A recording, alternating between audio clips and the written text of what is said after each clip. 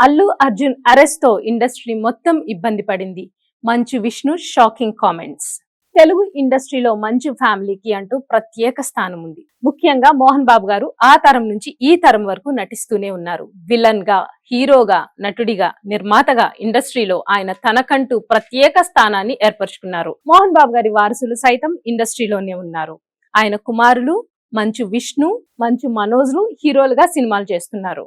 మోహన్ బాబు కూతురు సైతం సినిమాల్లో నటిస్తున్నారు. అయితే మోహన్ బాబు వారసులు మాత్రం పెద్దగా సక్సెస్ కాలేకపోతున్నారు. ఈ నేపథ్యంలో మంచు విష్ణు తెలుగు ఛానల్ కి ఇచ్చిన ఇంటర్వ్యూలో పలు ఆసక్తికర విషయాలను వెల్లడించారు.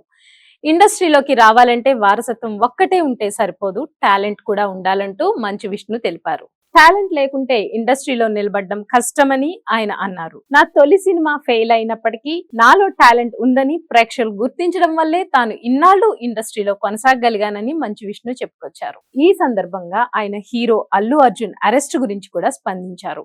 ఇలాంటి ఘటనలు జరగడం బాధాకరమని, భవిష్యత్తులో ఇలాంటి ఘటనలు జరగకుండా సెలబ్రిటీలు జాగ్రత్త తీసుకోవాలని ఆయన సూచించారు. ఈ ఘటనలో హీరో అల్లు అర్జున్ అరెస్ట్ కావడంతో ఇండస్ట్రీ మొత్తం ఎఫెక్ట్ అయిందంటూ షాకింగ్ కామెంట్స్ చేశారు. అయితే డిసెంబర్ 4వ తేదీ రాత్రి హైదరాబాద్ ఆర్టీసీ క్రాస్ రోడ్ లోని సంధ్య థియేటర్ లో పుష్ప 2 బెనిఫిట్ షో వేశారు. ఈ సినిమా చూసేందుకు హీరో అల్లు అర్జున్ కూడా వచ్చారు. ఆయనతో పాటు పుష్ప 2 యూనిట్ కు చెందిన వారు 12 మంది ఆయన బౌన్సర్లు, పిఏలు, మేనేజర్లు ఉన్నారు.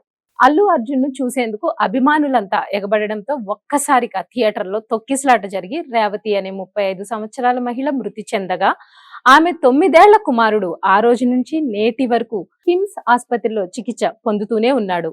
ఆ బాలుడి పరిస్థితి గురించి వైద్యులు గ్యారంటీ ఇవ్వలేకపోతున్నారు.